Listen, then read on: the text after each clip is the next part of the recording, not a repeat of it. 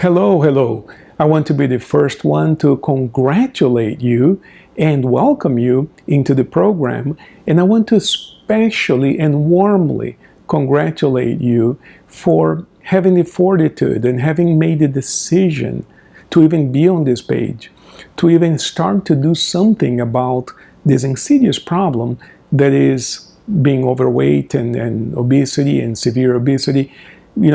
I can talk about this because I have been there and I understand personally and professionally. 25 years doing this, helping other people overcome this problem. I do know that it's a little difficult.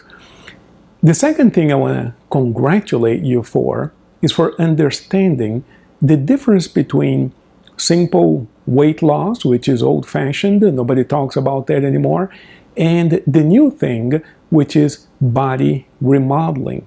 There's a difference between weight loss and body remodeling. See, weight loss typically is achieved by eating less, exercising more. That is very short-lived. Eventually people get tired, hungry, stressed out, and they go back into overeating and everything is lost. Sometimes they call that dieting. It just does not work. Study after study shows and confirms and proves what you may have already learned on your own. It simply does not work. It's not your fault. I'm going to explain the whole thing to you. May I stop myself here for just a second? If you're getting value out of this information, would you please consider subscribing to the channel and perhaps even liking the video?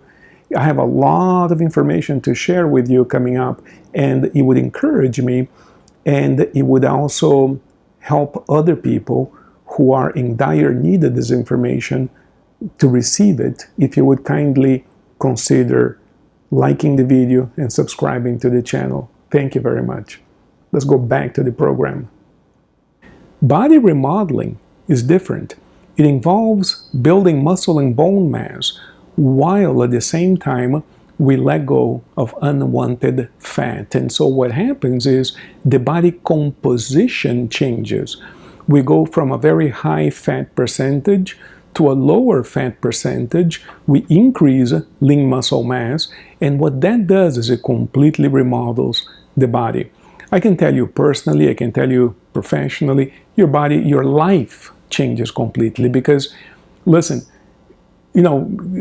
something as simple as getting in and out of a car, particularly if you drive a low car like a sports car, just getting in and out of a car, when you're carrying 20 pounds, 30 pounds, 40 pounds of extra fat on your body and you have lost muscle mass, sometimes it's impossible to get into a small sports car. Things like carrying children or grandchildren, things like going for a walk, oftentimes are completely outside of the realm of possibilities to the person who is at a high body fat percentage and the body has adapted to become sedentary. So body remodeling is really about building a new life. It's about putting on muscle mass, bone mass, and also letting go of unwanted fat. Of course, you're going to look way better. Of course, you're going to feel way better. Of course, it's going to enhance your intimate life. No matter where you're at in that spectrum, it's going to improve, sometimes dramatically. So all of that is going to change for the better. And this is why we say in this program that we're not just remodeling the body, we're actually building a new life. It turns out that some of the same interventions, and I'm going to explain them all to you, that help a person, let's say, lose weight, build muscle, things like the proper exercise, proper nutrition, proper sleep, hormonal control, like the same interventions that will help you remodel your body happen to be the same kinds of things that will result in a fantastic life, overall quality of life. There have been a lot of studies on happiness and quality of life since the 1980s. And today, scientists can tell us a whole lot of things about the science of happiness. There's a lot of information out there. One of the things that people appreciate me for, as an expert in the mindset of body remodeling, is the way I present information. Yes, I went to school, I have a few, but that's, I'm able to present information to you in a way that your mind can absorb it and make use of it. So we're going to cover a whole lot of science, but in a way that is simple and fun to enjoy. And this is important to me personally. I want to congratulate you for the decision to even be here, and I want to congratulate you for the understanding of the difference that exists between losing weight and remodeling your body, which is way better. So that's the first thing. Now, everybody who's a part of this program, and like I told you, I've been doing this for 25 years. Everybody, I never met an exception, has been through this before. They have tried to diet, they have tried to exercise before. Everybody has been there, and in one way or another, and that goes for me as well, in one way or another failed. We didn't do it right, or something didn't go right, and it didn't work. And so the question is, how come? Why are we not succeeding when it comes to remodeling the body? Well, statistics can help us, and there are a ton of studies on this, but the number one enemy to fixing the body, to remodeling the body, is hunger. You have to think about this, and we all agree. Hunger is a very powerful motivator of human behavior. Humans kill. Don't we kill animals all the time to eat? In other words, we kill when we're hungry. Now, there's a difference between eating lunch a little bit too late and feeling a little hungry at about 11 o'clock in the morning, let's say, right? Versus, because you can stand that, you can hold on to that. You know that in about an hour you're going to go have lunch. Yeah, you're hungry right now, you're uncomfortable, but maybe you have some coffee, maybe you have some water, and you'll be okay until lunchtime. That's one kind of hunger. But there's a difference between that and actually going hungry day after day after day after day, using all of your willpower to not eat in order to lose a few pounds. So hunger, when it's prolonged, when I say prolonged, I'm talking about a few days, will eventually drive us to not only try to replace all the calories that we didn't eat, but also store more, because what the body is thinking, quote unquote thinking, is that food is scarce, it's missing. It might be missing in the future. So what the body wants to do is store energy. When a person diets, they end up losing muscle mass. They become weaker. And that weakness also drives them to go back into eating more. I'm getting weak, I gotta eat more to regain my strength. So they go back to eating. Now there's excess calorie, and the body stores that in the form of fat. Goes right back into fat. And so that process, all of us have been there, done that, and you've already discovered that it doesn't work. So hunger is a powerful motivator for behavior, and one of the reasons why people drop out of the program. Not this program, because we don't deal with hunger here, but I'm saying diets in general. Any sort of intervention that involves any kind of hunger whatsoever simply will not work. This is what they call yo-yo dieting. People lose some weight and then they gain the weight back. There's another problem with that, and that is this whole issue of body remodeling and body composition. When we limit our calories or limit caloric intake in order to lose weight, the body typically begins to draw from protein before it draws from the fat reserves, protein being muscles. And so people become weaker. The fat reserves remain in place because the body considers the fat to be more valuable as an energy source. You get about 9 calories per gram of fat and 4 calories per gram of protein. So the body says, dude, in an emergency, if there is no food out there, we better eat up the muscles before we eat up the fat. The second reason why adjusting your weight has been difficult is for biochemical reasons and hormonal reasons. There's a myriad of information on this topic now, and in the program we cover this in detail, but in a way that we can all understand. But you see, hormonally, not only, when we talk about hormones, people think of testosterone, estrogens, things of this nature. That, of course, does play a role, but also the primary hormone implicated in weight gain or weight loss is insulin. So insulin plays a major role into all of this. And then there's some other biochemical pathways and genetic pathways that make weight loss very difficult. You have to understand this. The body evolved over millions of years to survive, and survival in a world in which food is scarce depends on storing energy. So everything about the body is designed to store energy, and the most precious form of energy storage is fat. So your body is actually working really hard to hold on to the fat. Going back to the role of insulin, for instance, everybody has heard of insulin because of its association in diabetes. And you may know of somebody who's a diabetic. They measure their blood sugar. In fact, the way diabetes is diagnosed is, and you can ask your doctor about this, is you do a blood glucose test. You drop a little drop of blood from your finger. You put that in a little strip, goes into a machine, and the machine will tell you how much sugar or glucose being a form of sugar, is in your blood. And if the concentration is at 126 milligrams per deciliter or above, twice in a row when you're fasting in the morning, then that person would be diagnosed as a diabetic. That is the criteria for a diagnosis. So 126. So that means that if you go to your doctor, you draw blood, and you're around 100, around 110, even if you go 10 days in a row, you're about 110, you're not diagnosed with diabetes. Now, in some cases, they'll call you a pre-diabetic. Essentially, when we eat, the part of the stomach and part of the intestines begin to break down all that food and separate it into the components, essentially lipids, fat, proteins, and carbohydrates, and all of this stuff is absorbed in the blood essentially, and blood sugar levels begins to rise soon after we eat because it's being absorbed into the blood. The beta cells of the pancreas respond by secreting insulin, which is a hormone.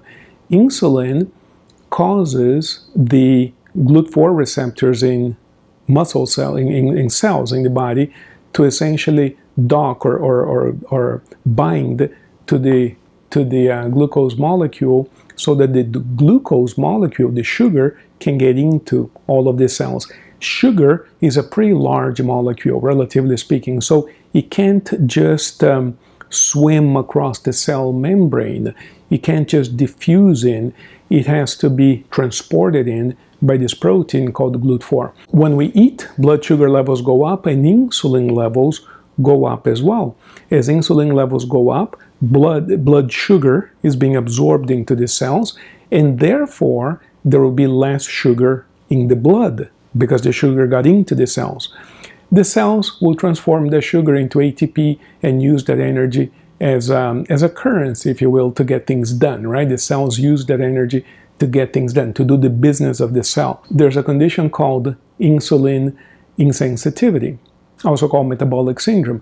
What happens is blood sugar levels rise, insulin levels begin to rise, and insulin, think of insulin as the guy that knocks on the door. You know, that's one analogy that sometimes I use in classes. He knocks on the door so the sugar can get into the cell. Well, if we knock on the door and the door doesn't open, what we need to do is knock louder until the door opens. And what that means is the pancreas releases more insulin. We eventually release more and more insulin. Eventually the cells open the door and the sugar goes in and the blood sugar drops again. And so the point I'm making is this. People go to their doctor's offices, we check their blood glucose levels. It could be normal, non-diabetic. They're not being treated. And yet, if we were to check their insulin levels, it is through the roof. They're at the very edge of what the body can do to normalize blood sugar. In other words, the pancreas is knocking on the door of those cells really loudly to get the sugar in. So insulin levels are elevated, hyperinsulinemia, and yet they're euglycemic. They have normal or slightly elevated blood sugar levels. That is a really dangerous condition because they're going to develop major illnesses. By the time they're diagnosed with diabetes, it's too late. They already have a ton of problems, and it's much more difficult to reverse it. It's not impossible if you're in that situation. We're going to talk about this, but it is more difficult. So you have to ask yourself, if we're not checking insulin levels regularly, but insulin has many, many functions. It has a myriad of biochemical functions. It has to do with cellular reproduction. It has to do with a bunch of different things, but its primary function is glucose control, blood sugar level control. So here's what happens, my dear friends. Because we're trying to regulate blood sugar in an era where most of us eat too much, there's too much sugar in the blood, insulin levels are elevated. Let's say the person is not diabetic, but insulin levels are elevated. All of the other functions of insulin are still upregulated, even though their blood sugar level is normal.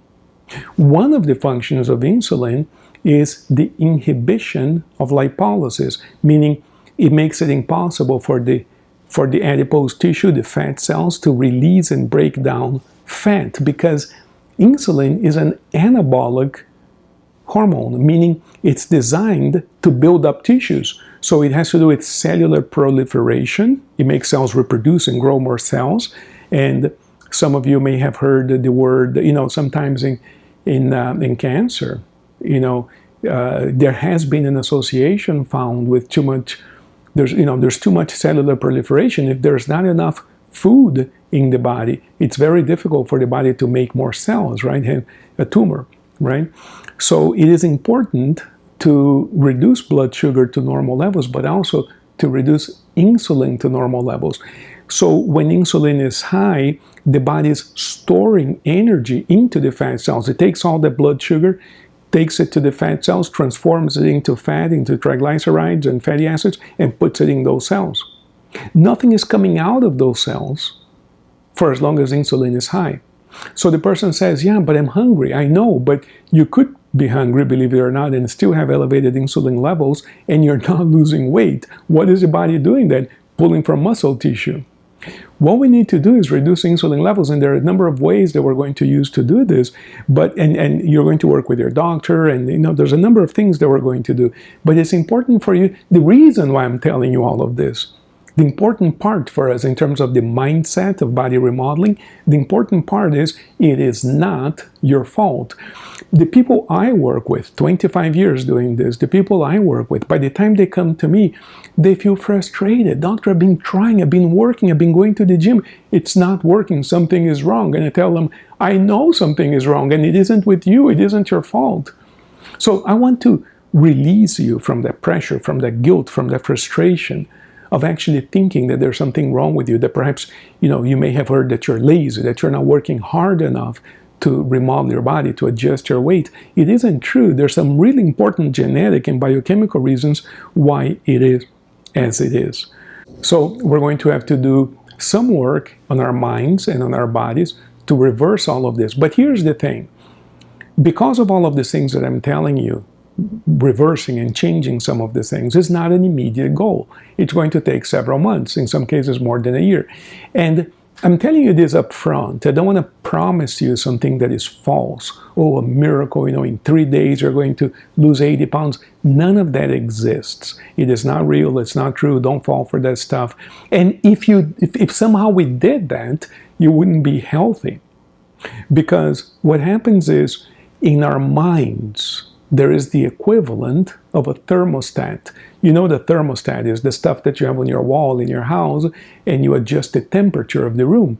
And what that does is it takes a set point, which is a temperature you choose. Let's say you choose 74 degrees, and it compares to the temperature in the room, and then it actuates a machine to either cool the room or heat up the room. So there's a sensor, there's a set point, there is a comparator, and there's an actuator. That's an automatic control system at the simplest level. And the body has many, many of those systems, like a thermostat type of thing. And what it does is, we know what the set point is in our minds. In other words, this person is programmed somehow to be at 250 pounds. The moment they drop the weight, it's just like the thermostat, it kicks in the furnace, same thing happens here. The body says, no, something is wrong. We have to put on weight because it's supposed to be at 250. And when a person loses weight very fast without adjusting the mental view of themselves, they end up losing more weight back because the brain, the body, the mind is attempting to restore what it considers to be normal for that person. Hey, even when that normal makes you feel really bad and decreases the quality of your life, that's what's stored in your mind as the normal for you. So that's the scoop on insulin and the mind. So what happens? How did we get here? Because the people I work with are not, so you can have special cases, right? You can have a person who is obese, let's say, as a side effect of medication, or maybe they have an illness of some type. Those kinds of situations, you know, if a person is sick, if they're taking medication, they're being treated by a physician or by several physicians in some cases. They know what's going on with them. Those are typically not the people I work with. The people I work with are those who have a chronic situation. Weight keeps on going up, keeps on going up, keeps on going up, and they cannot get a handle of this. But they're not, you know, it's not the result of some known medical condition. It's just the way it is. Like some 150 million American adults are experiencing. It's an epidemic, and it's a huge problem in terms of the healthcare system, because it can, particularly as we age, it can drive a number of diseases which increase healthcare costs to the max. It overtaxes our healthcare system. So this is an epidemic of massive proportion. So what are we going to how did we get here? Well, it turns out that in the mind, not the brain, and I wanted to emphasize this difference. There's the mind, which is almost like the software, and there's the brain, the hardware, the stuff that's inside of our skull. In our minds, we have something called a self-image. That is how we see ourselves. It is the self-image that explains our level of success. It explains the way our body looks. It explains how we live our lives, what we accept, what we don't accept from other people, how we're treated by other people. It is that self-image that is going to determine how, you know, what our lives are like. And just as we say that as it is above, it is below, similarly, as it is within, it is without, on the outside. And so our lives match the self-image within. If you want to know what your self-image looks like in terms of your body, all you have to do is look at the mirror. Because what you see on the mirror is a reflection of the self-image. When the person changes the self-image, the body naturally drops weight. And you say, but how? Magic? Well, not really. When we change the self-image, we're changing the set point in the thermostat that I told you about. Of course, these are metaphors. But when that happens, we naturally make different choices. We naturally choose a fruit as opposed to a muffin. We naturally go for a walk as opposed to drive a third of a mile. We naturally take the stairs as opposed to the elevator. In other words, we change behaviors, but naturally, instinctively. Just as before, you know, we instinctively reached for the muffin, for the cookie, for the piece of cake, resulting in excess weight. Now we instinctively avoid the high caloric foods. We instinctively make those kinds of changes because we changed the mind. And you know, invariably when I explain this to people, I always get the same question. It's invariable. People say, well, if it's like that, how come I never heard of this? My doctor never told me this. And I went to medical school, and we're not taught to explain this to people. We're taught to explain to people that they have to make different lifestyle choices. Eat less and exercise more. Everybody knows that. I find it offensive to go into a doctor's office to be told to eat less and exercise more, because that's the same thing that I've heard since I was a baby. If it were as easy as that, nobody would be overweight, and clearly it isn't as easy as that, because 150 million US adults are overweight. So, you know, what we learn in medical school is simply out of touch with reality. It's out of touch with reality. For a doctor to tell a patient, well, you know, Mr. Jones, you really should eat less and exercise more. Mr. Jones knows that, but he can't do it. Why? Because in his mind, there's something driving those behaviors that result in excess weight. So we gotta change the mind, and this is why I say that the secret to weight loss is in the mind. You might say to me, but dude, if this is so known, if this is true, because I've worked with over 12,000 people, I've done this for 25 years, I've done this with, and millions of people all over the world are very familiar with all of this, and if it is, as I say it is, and I assure you it is, how come most people haven't heard of this? Well, it has to do with where the self-image is stored in the mind. Getting to it is not so simple unless you are a specialist at that. You see, the self-image resides in a portion of the mind below the level of conscious awareness. We're not aware of it. We're unconscious of it.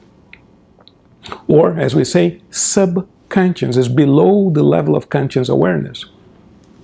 Like the subliminal stuff you've heard of, is that kind of thing, is below conscious awareness. So to get to it, we need some special exercises. You've heard of meditation, hypnosis, mind, altering types of exercises. We have to be able to get to it at the level of the subconscious.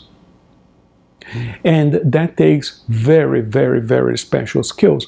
Now, anybody can watch a YouTube video and call himself a hypnotist.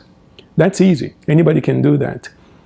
But to actually be able to consistently help a person change their self-image and adjust their weight and remodel their bodies, it takes years and years and years of active practice.